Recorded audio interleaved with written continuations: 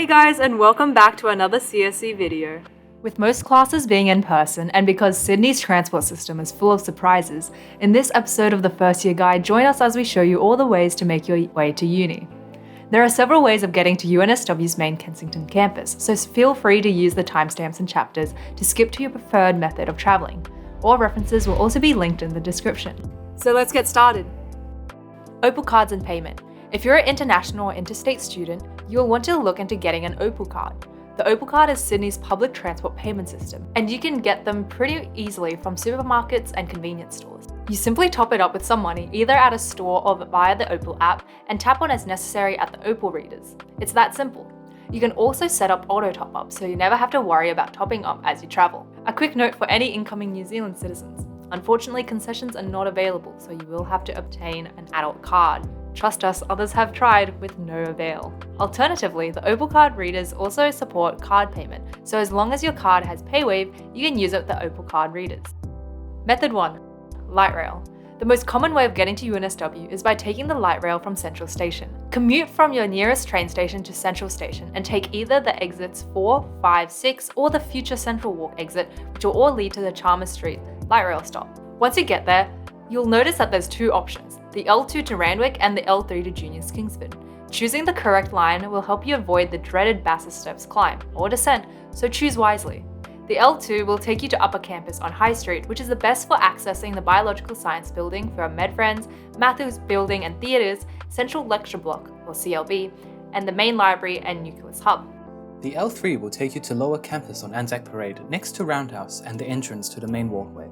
This station is a must-take if you're looking for a place to study in the law library or rushing to class in the Science and Engineering building, the Business School or the Red Centre.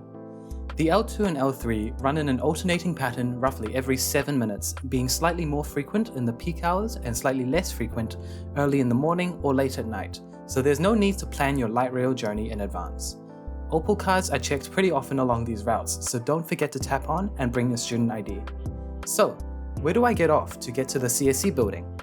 The CSE building and Ainsworth building, where you'll take most of your labs, are situated right in the middle of the campus and opposite the quad, so it's right between the two light rail stops. According to Google Maps, it's 1 minute faster to walk from Anzac Parade, but the walk from High Street has the benefit of being downhill. So unless you're really not keen to walk up the main walkway, take whichever light rail is leaving first from Central. For more details on how to get around campus, check out our campus tour linked in the cards and the video description below. Method 2. Driving. If you're one of the lucky ducks that has a car and plans to drive to campus, where can you park? One option is to park at one of the two car parks on campus. All-day paid parking is available at both the Barker Street car park with entry via Gate 14 and the Botany Street car park with entry via Gate 11.